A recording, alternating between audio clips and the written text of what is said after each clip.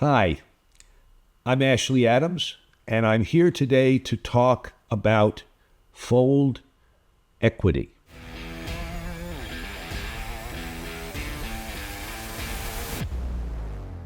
What is fold equity?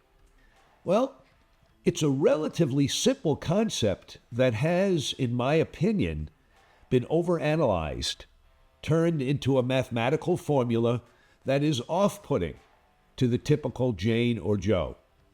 I'd like to keep it as simple as possible, so let me explain it in a way that I think everyone can understand fold equity. First, we need to look at what equity is. Frequently used term, but what does equity mean in poker?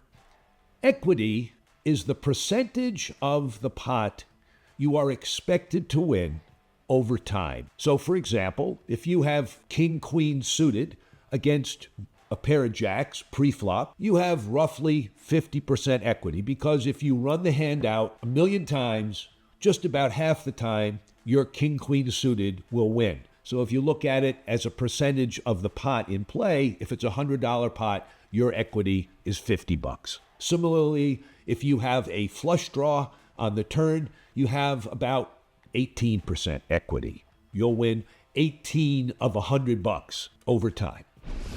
Fold equity is the additional likelihood of winning by taking an aggressive betting action that may get your opponent to fold. It's important to realize that it isn't precise, like a heads-up matchup or drawing odds on the turn. It must be estimated based on the conditions you are in.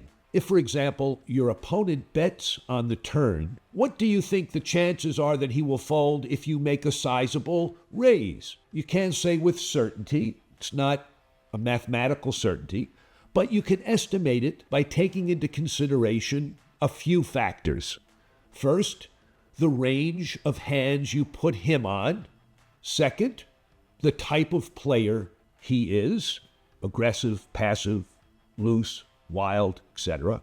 And the type of player he thinks you are, the range of hands he may put you on because of the type of player he thinks you are. So maybe that's 4, or 3A and 3B. But if after considering all of that, you think that if you make a sizable raise, there is a 50% chance that he will fold, awarding you the pot, then you have 50% fold equity. Why do you care what your fold equity is? Interesting concept, but why do you care? Well, you consider fold equity when you are thinking about what line to take, whether you should fold to his bet or call, or whether you should take an aggressive betting action that may get him to fold. That's why you should consider it, to decide which of the two lines, a passive line or an aggressive line, makes more sense. Here's an example. Let's say you have a flush draw and you put your opponent on a pair or two-pair hand. He's ahead of you for the moment, but if you hit your flush, you figure to win the hand.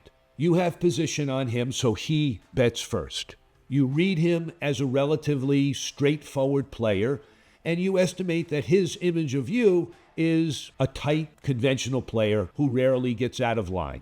An ABC player, ABC being by the book. That's how you think he reads you. In that setting, there are two possible lines you might take, two possible ways of playing this hand. Let's say the pot is $100. He bets $50. On the one hand, you might be tempted to call. While you only have an 18% chance of hitting your flush, you see that you are both relatively deep, and on the river, you might make additional money by betting if you hit your flush. So you think maybe a passive line of calling and then seeing what the river is the better choice. But there's another line that might make more sense. In addition to the 18% equity you have as the product of your flush draw, you might also win by raising his $50 bet, getting him to fold. That would be your fold equity. If, for example, you figured that by raising $100, you had a 50% chance of getting him to lay down his strong hand, then you'd have 50% fold equity. The raise would make sense because you'd break even on the raise, winning $100 when it succeeded, but you wouldn't lose $100 when it failed. You'd win 18% of the time when your bluff failed, but your flush came in, when he called you and your flush came in. You add those two things together, the pot that you'd win, the fact that you'd get 50% of the time you get him to fold, and 18% of the time you'd win by drawing, and you have a winning move. In this example, the additional fold equity of a raise makes the aggressive line profitable, even when the passive line of calling might not be. Estimating your fold equity. How do you do that? As mentioned earlier, fold equity is an estimate. It is not a precise number, unlike drawing odds or pot odds.